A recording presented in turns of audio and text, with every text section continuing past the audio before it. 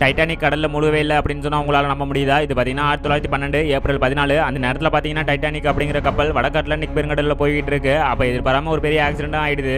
சரி, இந்த கப்பல் தான் முழுவே முழுகாது, எதுக்கு பயப்படணும் அப்படின்னு நினைச்சுக்கிட்டு இருக்கலையே சடனா கப்பல் பிரேக் ஆகி உள்ள தண்ணி எல்லாம் வர ஆரம்பிக்குது.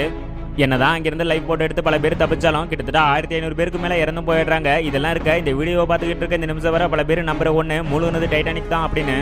ஆனா அது உண்மை இல்ல. பல ஆராய்ச்சியாளர்களும் மக்களும் நம்புற ஒண்ணு டைட்டானிக் மாதிரியே இருக்கிற RMS ஒலிம்பிக் அப்படிங்கிற இன்னொரு கப்பல் ஒரு நேவி கப்பலோட மோதி ஆக்சிடென்ட் ஆயிடுது.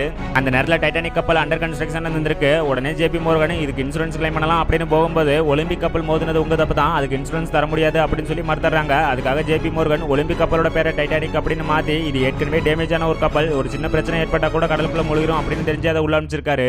கிட்டத்தட்ட 1500 மக்களோட உயிர் போனதோட இது டைட்டானிக் அப்படின்னு சொல்லி கிட்டத்தட்ட $10 மில்லியன் இன்சூரன்ஸா கிளைம் பண்ணிருக்காங்க. ஆனா இப்படிப்பட்ட ஒண்ணு பாத்தீங்கன்னா இன்னும் நம்ம உலகத்துல மர்மமான ஒன்னாவே இருக்கு.